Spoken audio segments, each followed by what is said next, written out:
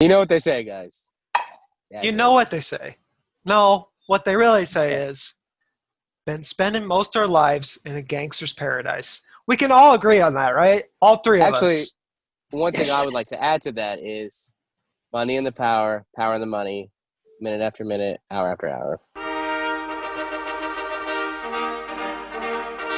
What's up, everybody? It's been a little bit, but we're back with another Best of the 90s episode, and we're here for the middle of the 90s, 1995, which I think is probably peak 90s, if I think about it. I mean, if you're thinking about a mountain, yes. Yeah, that's as high as you go, for sure. Yeah. If you're thinking about, like, the moment where it was the most 90s, I feel like this is the moment where things really took a turn and got super nice. Like, this is the beginning. Yeah, for sure. Of very 90s. But there's a very clear distinction between, like, 92 and 96, and then 96 to 99.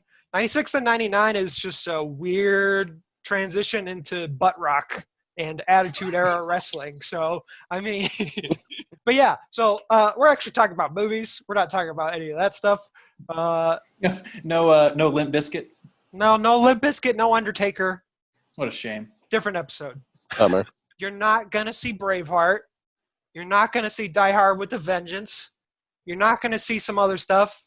You're not going to see Hackers, and it's a shame. And how dare you? Hackers. How dare both of you? Johnny Lee Miller, if he was dead, would be turning over in his grave, just turning around in circles. He's going around in circles, freaking his whole family out.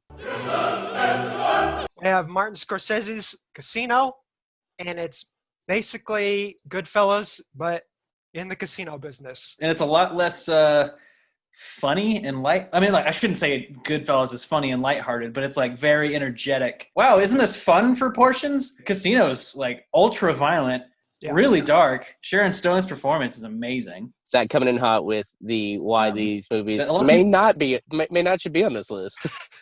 Not as good as Goodfellas. It's not as well. It's 5 years after. It's very similar to Goodfellas. It's a lot more mature, I guess, is a word that you can be used. But like De Niro's in it, Pesci's in it. They're doing the exact same thing they did in Goodfellas, which is fine. And they're doing Scorsese stuff. Lots of Rolling Stones, lots of violence, lots of F-bombs. Number 9 is Apollo 13. It's a good movie, I guess. I don't know. Wow, what a list that we've created. Well, I completely disagree with it being all right. This movie is one of the best of the year. And Tom Hanks' performance, it's Tom Hanks. He's being Tom Hanks. He pees into a bag and then it goes out into outer space. It's Ron Howarding about. And Zach is frozen. I froze. It is terrifying. Your face was so scary. The only redeeming quality, I think Zach is so frozen. Yeah, I just thought that was his reaction the whole time.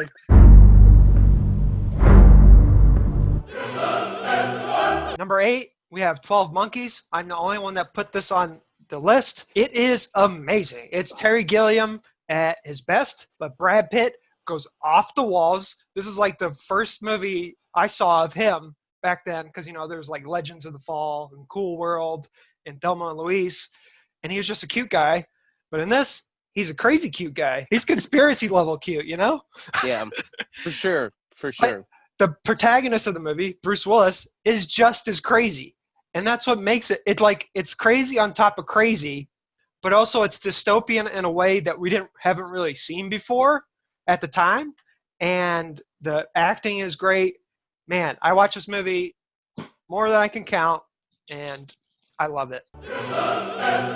Number 7, we have Before Sunrise. I love Richard Linklater. I think Richard Linklater, this movie, he's so good at just taking like a snapshot of life and of these characters. I know it's not very, I guess the most 90s part is Ethan Hawke's hair and the clothes. But this is a movie that like you could set any time and you could set like any place, and I still think it has the same effect. And it spawned this like unique trilogy that I feel like not a lot of people talk about it. You got your film nerds who talk about it, but like they lived their characters and they all collaborated together for this trilogy. I don't know if they planned it out to be a trilogy. It just kind of happened. What's great about Linklater is he's a chameleon filmmaker.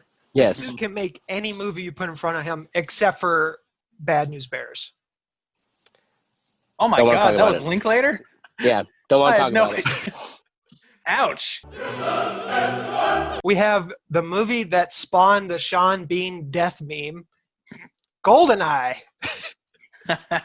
The first Pierce Brosnan James Bond. As JD said, peak 90s. This is like the end of the Soviet Union, or I think, is it the end of the Soviet Union? Well, the Soviet And Union ended in the early 90s. That's right. But Yeah. I'm trying to think like, There were still Yeah. remnants of it in Yeah. like 95. Yeah, okay. There were still dissolving. Countries were being dissolved. Like, so yeah. lots of Cold War like leftovers in this movie. It's pure like it's action, but then there's like some cheesy gadgets. There's some cheesy romance. I don't know if you can hear my dog whining in the background. James Bond for the 90s era, and it's really the only good one.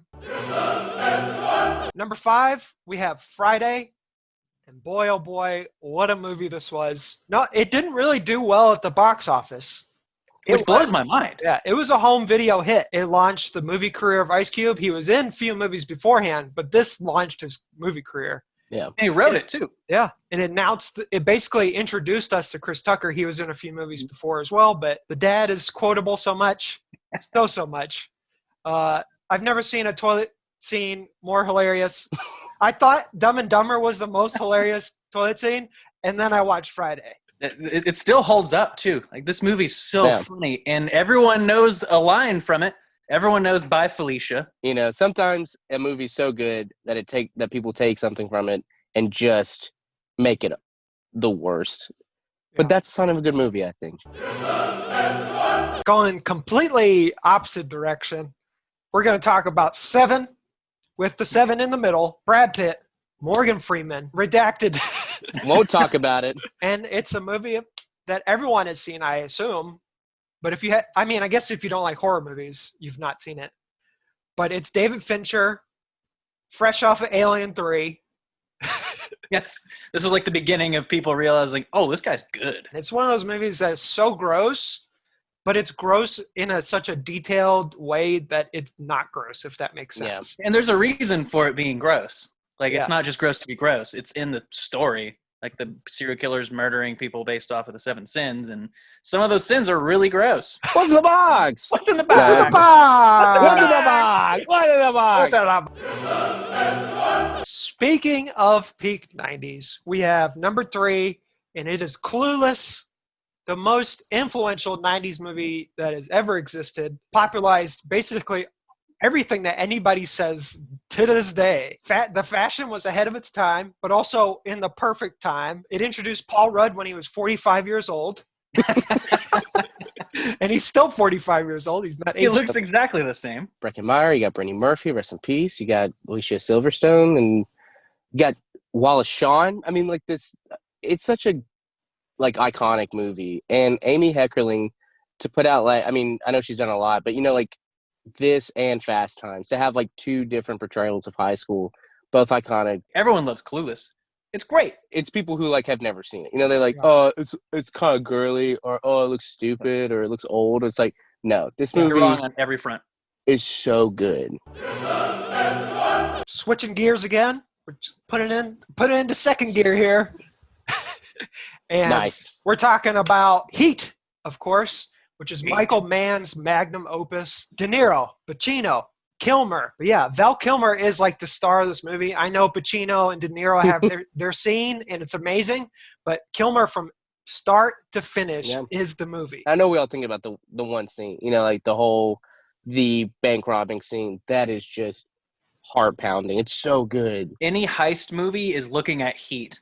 We gotta they're looking at every scene we gotta do this better. Yeah, The Dark Knight, Christopher Nolan showed Heat every day, or before production he'd be like, all right, we're gonna go watch Heat, and that's what he did. They just watched Heat all the time on the set of The Dark Knight. Insane. All right, number 1, I think it's apparent what it is. It's Toy Story. It is the most influential, powerful, emotional Pixar series of all time. I personally only like the first one. I don't like any of the other Toy Story movies, but this one set the bar so high for me as a kid. I think it's partly nostalgia, and by the time the other ones came out, I was too old to Yeah, I can see that. Okay, fine.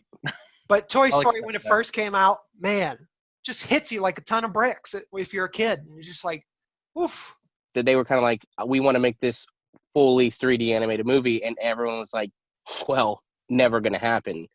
And and Disney came in and helped, and it was insane. It was huge. And then, this is kind of the reason why we don't see like traditional 2D animation anymore. I don't put it totally on Pixar, but I mean, like, it was huge. And if you have a kid and they're old enough to watch Toy Story, they will be enamored by it.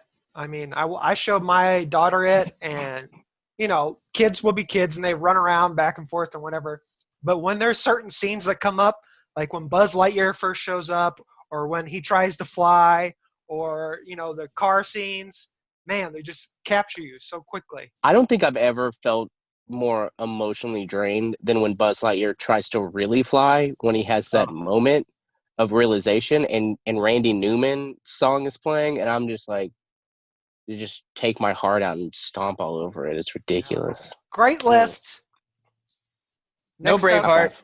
No Braveheart, but who cares? Overrated. But don't worry, we made room for a movie about a spaceship and a casino, so it's cool. It's totally all right, guys. Whatever. Cool. Un esercito di prodi